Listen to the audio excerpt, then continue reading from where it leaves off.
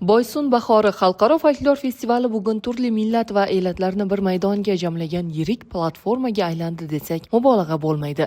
Festival doirasida tashkil etilgan xalqaro folklor festivalida 13 ta davlatdan tashrif buyurgan folklor ansambllari o'zlarining boy madaniy merosini turli xil kuy-qo'shiqlar, sahna chiqishlari orqali namoyish etishdi. Har bir chiqishda o'ziga xos badiiy yechim, sahnaviy intizom va milliy identifikatsiya namoyon bo'ldi. Boysun bahori xalqaro folklor festivali doirasida o'tkazilayotgan folklor tanlovida 13 ta davlatdan tashrif buyurgan folklor jamoalari o'zlarining chiqishlari bilan, ya'ni milliy urf-odatlari, an'analarini namoyish etishdi. Ularning chiqishlari hakamlar hay'ati tomonidan jonli ijroda namoyish etilganligi, milliy kiyimlari va o'zining sahnada tutishi kabi mezonlarga asoslangan holda baholab borildi. E'tiborli jihati, aynan Yaponiyadan tashrif buyurgan san'atkor o'zining chiqishi davomida o'zbek tilidagi milliy qo'shiqni o'zbek cholg'u asbobida aynan o'zbek tilida ijro etdi. Bu esa san'atning chegarasi yo'qligini va ularning o'zbek xalqiga, o'zbek madaniyatiga bo'lgan hurmatini, shuningdek madaniyatlar aro o'zaro hurmat naqadar muhim ekanligini yana bir bor isbotladi.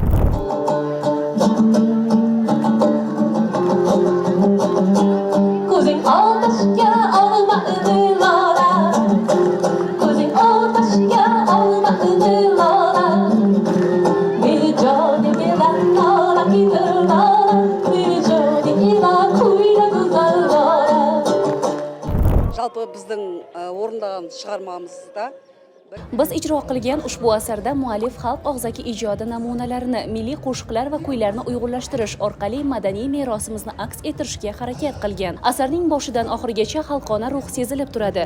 Unda ajdodlardan meros bo'lib kelayotgan qadriyatlar, urf-odatlar va an'analar muhim o'rin egallaydi.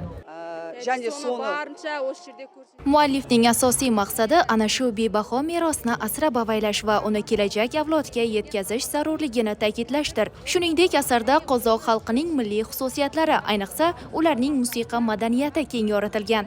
Xususan, do'mbira cholg'usi, an'anaviy qo'shiqlar va folklor unsurlari orqali xalqning ichki dunyosi, tarixi va ruhiyati ochib berilgan. Bu orqali tomoshabin yoki o'quvchi milliy san'atning go'zalligini chuqurroq his etadi.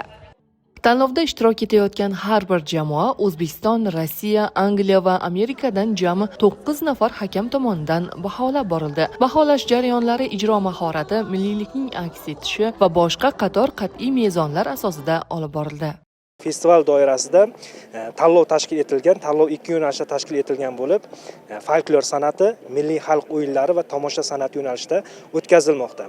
Boysun bahori festival nafaqat madaniy tadbir, balki insoniyatning nomoddiy madaniy merosini asrash va kelgusi avlodlarga yetkazish yo'lida muhim maydon hisoblanmoqda. Turli 30 ga yaqin davlatlardan yakka va jamoalar ishtirok etmoqda.